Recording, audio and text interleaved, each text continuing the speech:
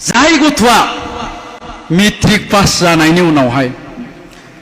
बिमा बिफाखौ बुंबाय जे आंनो मबाइल नांगौ 50,000नि 1 लाखनि आंनो बाइक नांगौ 2 लाख 3 लाख 2.5 लाखनि जाय गथ'आ बेबायदि बुंबाय दाखालि मेट्रिक पास जानायाव ओइ दिनखालिनिफ्रायनो बे गथ'नि लाइफआ धंस जाखाबाय 90%निया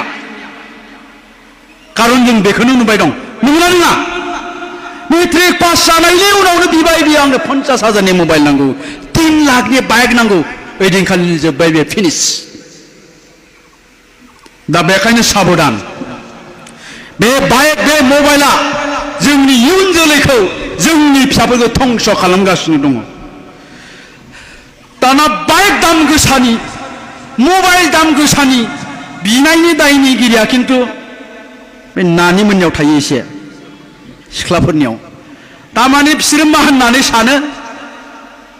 बाइक दाम गोसा मबाइल दाम गोसानि लाबासो सिख्लाफ्रा गोसोथोयोलै साननायफ्रा बेबायदि नंगौना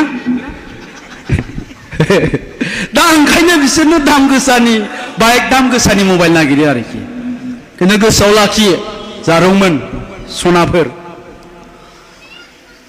नों जायखौ दा गोसोथोदों बाइक दाम गोसा मबाइल दाम गोसा लाग्राया बे जौबो लोङो बे लेखा फराया मिथिबाय आरो बेजों हाबा जानांगौबा नोंनि लाइफआ धंस जाबाय मिथिबाय बेखायनो आं बुङाखै दे गासिबो बाइक लाग्राफ्रा गाज्रि होननानै बे सेंग्राफ्रा गाज्रि मोनलायगोन बांसिनानो मिथिबाय बांसिनानो दा ओंखायनो आङो बुंदों जोंनि लाइमोनफोरखौ नैबे बुब्लिया नैबे टाइमानो जाहैबाय गावनि जिउखौ दानायनि मोनसे बेस्ट टाइम गावनि जिउनि लामाखौ दानानै सोरजिना लानायनि साबसिन समय बेनिखाय आरो साबसिन सम गैला बे बारग'लाङोब्लाथाय ओजोंहाय गैलिया दा बेखायनो बे समखौ आद्रि दा खालाम बेबायदि बैसोआव नंगौ खालि रंजा बाजा आला दिङा ओरै देखायनोखौल' लुबैयो दा खोथाया जाबाय मा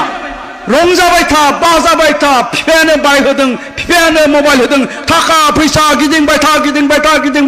गोसोथोनाया इखौ लाज्रांलाय इखौ गारलाय इखौ लाज्रां इखौ गिदिंबाय था 28 बोसोर जाबाय 30 बोसोर जाबाय हाबा खालामबाय नङाबा सोरजोंबा हरफा जाबाय अखानायैनिफ्रायनो सेस दा जों इखौनो नुबाय दङ नोंगोना नङा देनाय दा बेखायनो नोङो खस्थ' खालाम 25 बोसोरसिम खस्थ' खालाम आरोबाव 50 बोसोर आलो गोजोनै जा गारि मटर न' बां थाखा फैसा जेनिबो आंखाल गैया